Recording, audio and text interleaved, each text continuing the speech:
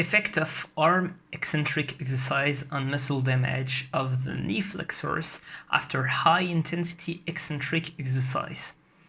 On se retrouve aujourd'hui pour une revue informelle d'études et je dois dire que c'est une étude qui a été vraiment ingénieusement menée. C'est-à-dire que pour te dire exactement comment est-ce qu'ils ont fait les choses. Alors déjà, ce qu'ils ont investigué, c'est le Repeated Bout Effect. Je ne sais pas si j'en avais déjà parlé, mais le Repeated Bout Effect, c'est quand tu fais un exercice, eh bien, derrière, tu as une protection, on va dire, vis-à-vis du même exercice que tu feras des jours et des jours après, jusqu'à, on va dire, des semaines et des semaines après. Par rapport à quand tu fais pour la première fois cet exercice-là. Je parle d'une protection en termes de courbature, de dommages musculaires, etc., etc. Truc tout bête là-dessus, on parle de, tu vois, par exemple, tu t'attaques un nouvel exercice à la salle de musculation. Genre, t'as jamais fait de développé couché à la barre et tu faisais toujours du développé couché aux haltères. Et ben, tu fais le développé couché à la barre et là, alors que c'est pas un mouvement qui est tant que ça différent des haltères, t'as quand même des courbatures de l'enfer derrière. T'as vraiment très mal au pec. Et genre, la semaine d'après, tu refais cet exercice-là, donc tes courbatures viennent à peine de passer, et en fait, ça passe beaucoup mieux. Le jour d'après, t'as peut-être quelques courbatures, mais t'en as vraiment pas autant, alors que peut-être que t'as même fait plus lourd que la semaine d'avant. Et ça, c'est lié au Repeated Bout Effect. Ça me fonctionne d'autant mieux qu'on parle d'excentrique.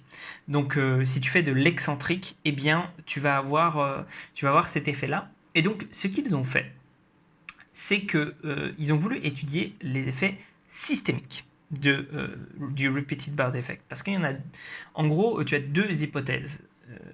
On va dire, peut-être qu'elles peuvent même être liées, hein, qui expliquent le Repeated Bout Effect. Donc quand je dis qu'elles peuvent être liées, peut-être qu'elles existent, elles coexistent en fait, mais on essaye un petit peu de voir leurs limites, etc., etc. Première hypothèse, c'est que c'est quelque chose, c'est un phénomène qui est purement local et qui se passe purement dans, enfin, c'est pas purement local, c'est plutôt qui est purement périphérique. Voilà, c'est un phénomène qui est purement périphérique, c'est-à-dire que il se passe dans ton muscle. Ce serait d'ailleurs, c'est la théorie bien défendue par Chris Bursley, ce serait tes fibres musculaires qui prennent du calcium et donc s'adaptent et deviennent pleines de plus de mitochondries. D'accord, notamment, les mitochondries se développent, voilà, elles deviennent un peu plus oxydatives, voilà, c'est ça le terme que je cherchais. Et donc, eh bien ça protégera un petit peu contre les dommages. Et tu as une autre hypothèse que moi j'ai tendance à préférer par rapport à ce qui se passe en termes de recherche, qui va être plutôt, eh bien, la protection est neurale, c'est-à-dire qu'en gros, ce sont tes neurones qui s'adaptent, c'est ton système nerveux qui s'adapte et qui fait que tu as moins mal. Ça peut très bien coexister, comme ça ne peut être qu'une seule. Après, moi, j'ai plutôt tendance à penser ça parce que ce qu'on a trouvé, c'est que le Repeated Bout Effect se passait en fait d'une... si tu fais par exemple des curls en excentrique avec ton bras droit, tu as des tonnes de courbatures et tout, tu vois, t'attends un peu, machin, tu fais des curls en excentrique avec ton bras gauche, et ben, tu auras beaucoup moins de courbatures qu'avec ton bras droit, parce que tu auras bénéficié d'un Repeated Bout Effect qui n'est pas aussi important qu'avec le bras droit, mais tu en auras quand même bénéficié sur le bras gauche. Donc c'est une grande entrée en matière pour parler du Repeated Bout Effect, mais tout ça pour te dire que, eh bien, ils ont voulu étudier si tes flexeurs, enfin si jamais, on sait qu'il y a des transferts de patterns moteurs entre les muscles du haut du corps et du bas du corps, mais ils sont moins importants que entre pas le hip, si j'allais dire, entre un côté et puis l'autre, d'accord? Le controlatéral, on va dire. Et du coup, ben, ils ont voulu tester, voir si jamais faire de l'excentrique sur les fléchisseurs du genou, ça avait un effet de protection sur Non, pardon, c'est l'inverse. C'est faire des effets de fléchisseur du bras, ça avait un effet de protection sur les fléchisseurs du genou.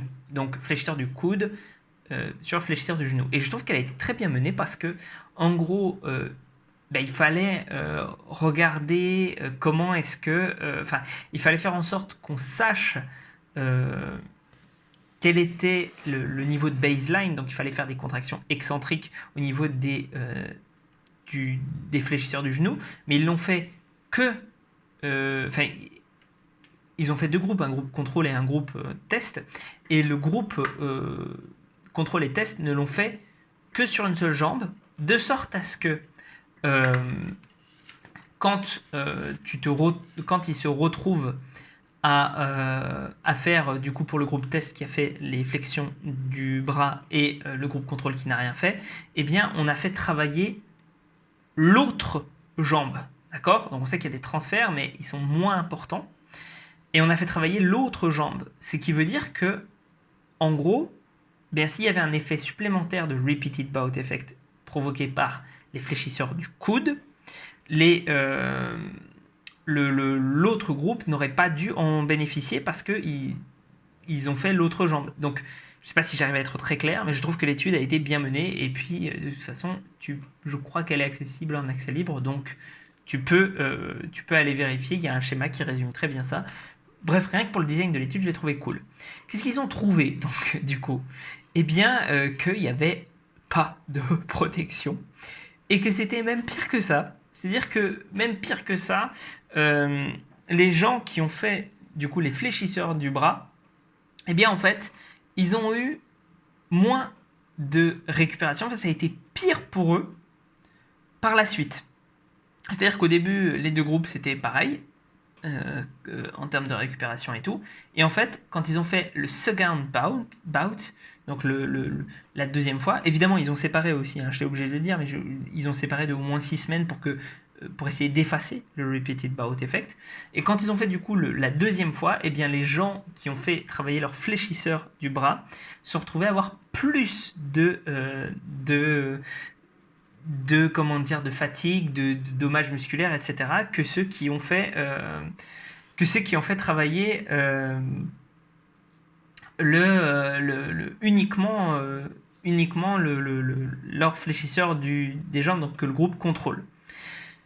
Donc, qu'est-ce qu'on peut en retirer? Eh bien, je pense que malheureusement, on ne peut pas en retirer grand-chose de cette étude-là. Je l'ai fait principalement pour te présenter ou te remettre au bout du jour le repeated bout effect. Mais je pense pas qu'on puisse en tirer grand-chose parce que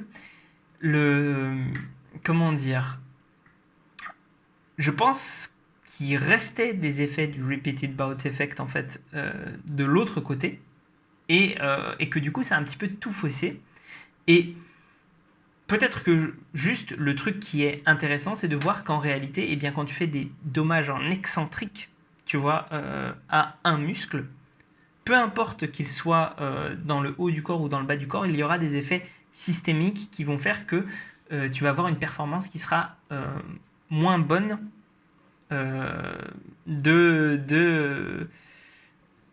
par après, quoi. Et ce qui semble logique parce qu'en réalité, les contractions excentriques provoquent beaucoup de dommages musculaires. Or, les dommages musculaires contribuent à l'inflammation systémique et l'interleukine 6 notamment peut passer la barrière hémato-encéphalique, donc dans le cerveau, et c'est le cerveau, c'est ton système nerveux. Donc ça veut dire que potentiellement, en fait, si tu fais des exercices qui te provoquent plus de dommages musculaires, eh bien, ça va passer dans ton cerveau et ça va t'empêcher d'activer aussi bien tes muscles. Et potentiellement aussi de récupérer. Parce que l'inflammation sera plus importante et bref, un peu partout. Donc bon, ça me semble logique. Voilà. Et sur ce, eh bien, prends soin de toi. Et on se retrouve pour une prochaine vidéo. J'espère que ça t'aura plu.